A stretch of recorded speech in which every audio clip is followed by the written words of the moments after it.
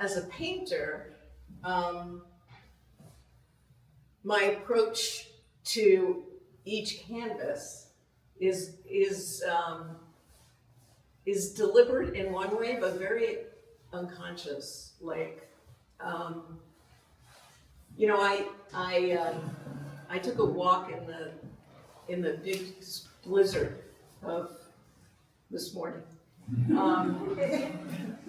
at Hall's Pond in Brookline, near where we live, and I walk there often. And this woman was there who I had no idea who she was, and she was gathering the snow from the railing of the path. And I was like, wow, isn't it beautiful here? And she said, yeah, it really is. And I gathered the snow, and I noticed my first instinct was to throw a snowball onto the pond, which is kind of frozen.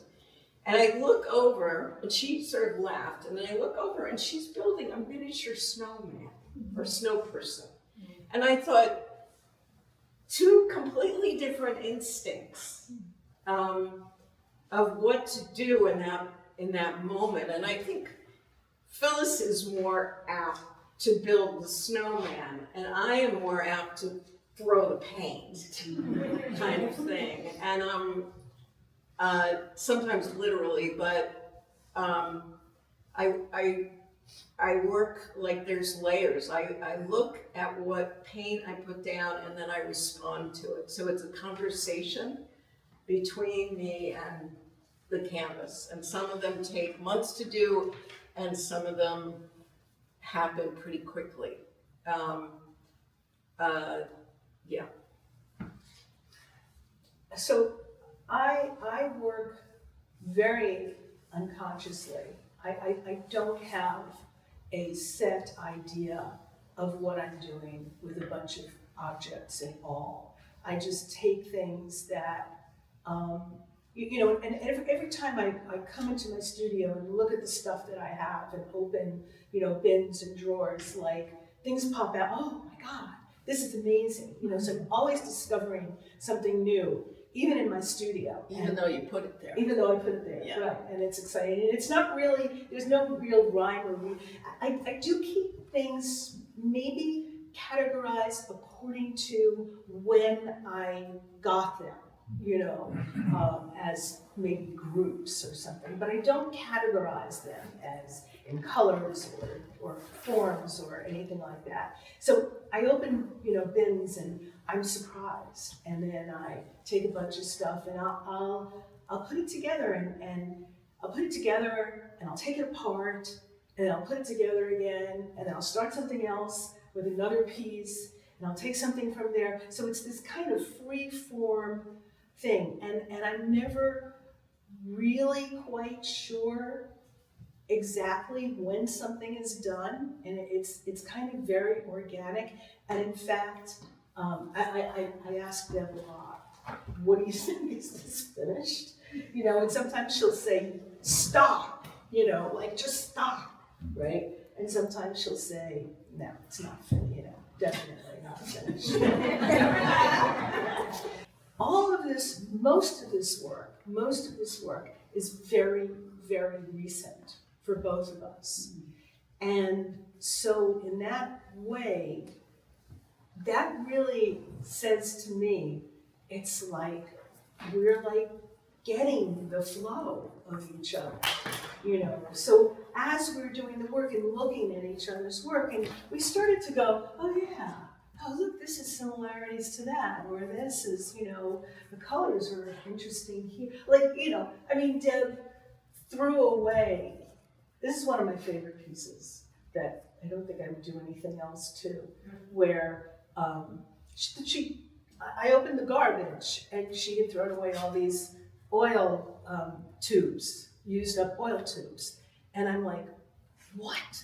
What are you doing? You know, they're in Zoe. So I took them all out of the garbage. And I said, I'm going to do something with this. They're amazing. And then I started saving them for you. Yeah, and then you start saving them for me, right? But it's like the colors, you know, the colors that she uses, you know. And then I did my thing, my bird thing, which is what I've started to do with my found objects, is put these porcelain birds into them, because some of the work is can be dark, and kind of illustrates a destructiveness that comes from me and a darkness that comes from me. But I took the birds, and some of the birds are broken, which is very symbolic for me, but they sort of represent hope, and nesting, finding a nest, finding a place, finding a partner, not too long ago. And so that's where all that came from. Sometimes I start with drawing with charcoal, with ink, and sometimes I just start with paint. And it's really about the dance, the motion, the color, the movement, the depth that I'm aiming for. Sometimes it's like Phyllis was saying, I start in a darker place. It's weird having it behind me, but and then I bring the light in. It's very intuitive. You start out more tortured about it. Yes, and then get lighter. Yeah. I would say most of my paintings are pretty tortured, and they don't, they end up in a pile. And it's taken years to come to the light, to the joy. I have a trauma history, and when I go to the space where I'm free, which is when I'm in front of a canvas and there's nothing else around,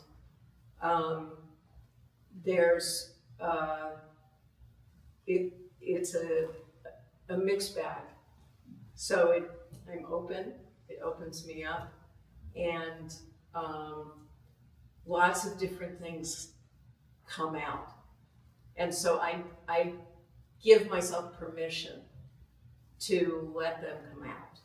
And sometimes I'll choose to, this looks too sexualized, or this looks too figurative, and I'll paint over it.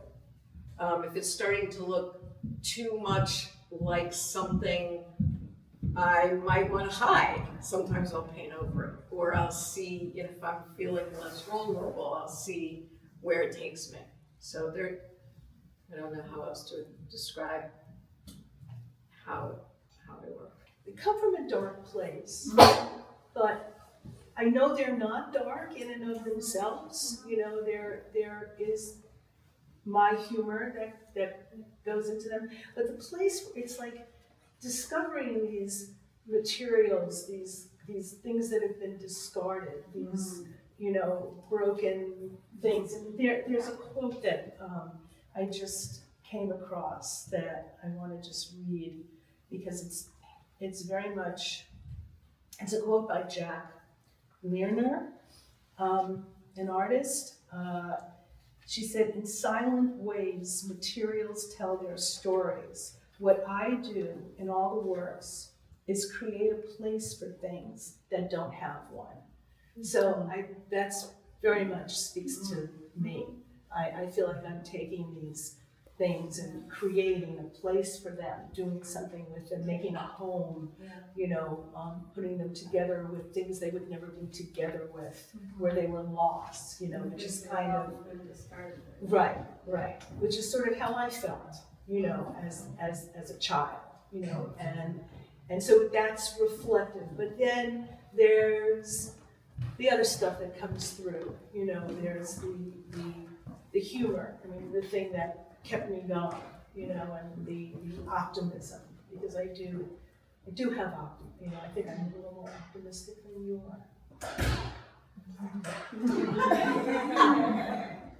Well, you wrote a very interesting thing when we wrote about the show, in that she said her work really starts from the interior out, and my work starts from the exterior in.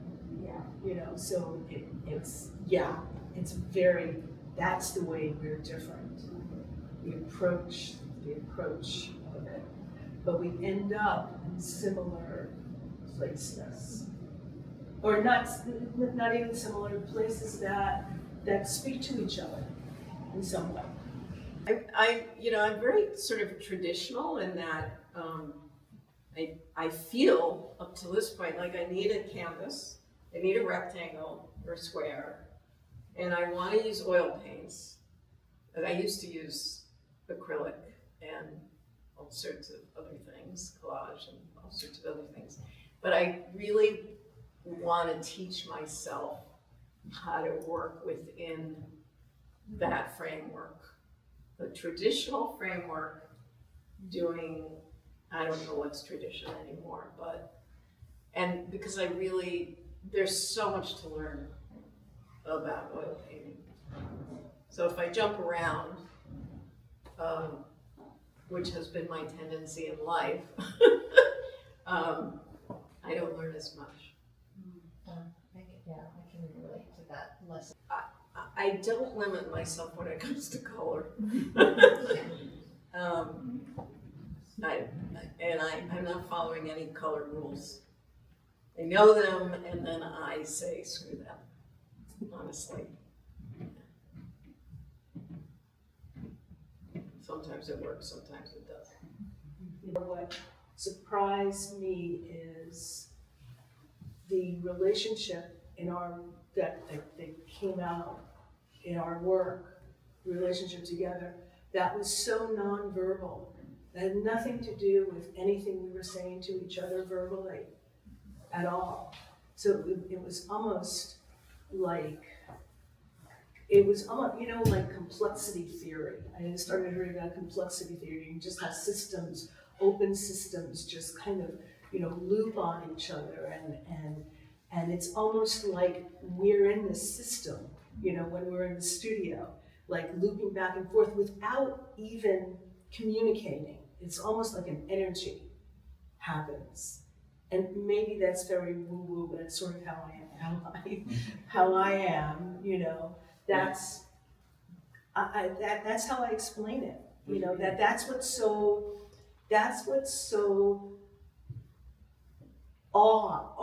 I'm so inspired by that, And it kind of also, I feel that there's a looping back to my to the collage work that I do, because I do this collage work with kind of random torn, ripped pieces and things, images that you can see and understand and whatever, and then they're ripped, but then there's like wires from electronic components or schematics that I put in there from old electronic magazines and kind of tying the whole thing together, So it's this kind of tying, it's just we're connected, in some kind of nonverbal, unseen way. There's a connection. What I'm thinking about with your great question is about being queer. And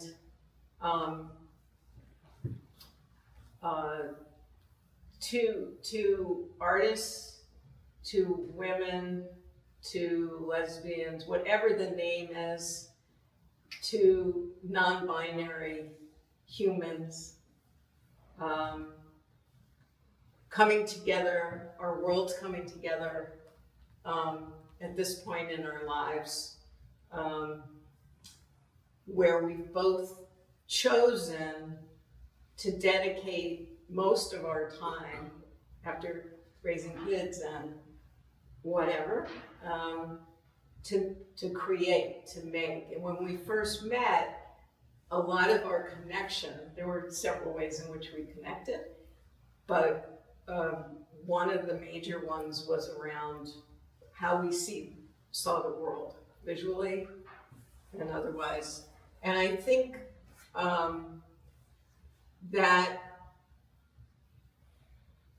that comes through on so many levels. And this is one of those levels. And I think what I've learned is not to be scared of it. Not to be scared of letting that kind of communication and closeness, not to run from it. And that's why, okay, we're tiptoeing towards maybe making some work together, kind of thing. So, Yeah, I think that there's I don't want to say, maybe bravery isn't the correct word. Maybe that's kind of self-serving, but for me, I came out later in life, later than Deb did, and so it was a scarier ordeal for me. And so taking that step or those steps in order to do that, I kind of incorporate that into, I think now into my art making as well, where it's almost like, it doesn't matter that I'm not academically trained. It doesn't matter. I'm gonna take the chances. I'm gonna take that chance. I've taken this chance before, so I know what that's like. And I have a partner that's behind me, that's pushing me into that. And you do push me. I mean, I think that I don't know if I do that for you, but you make me a better art maker. yeah, you do sort of do that. Of course you do. Yeah, you're inspiring. You challenge me, and Phyllis, sometimes I cry. But she challenges me, and it's always good. Phyllis is working all the time in our home and in the studio. Because she works small, she's able to do it kind of anywhere.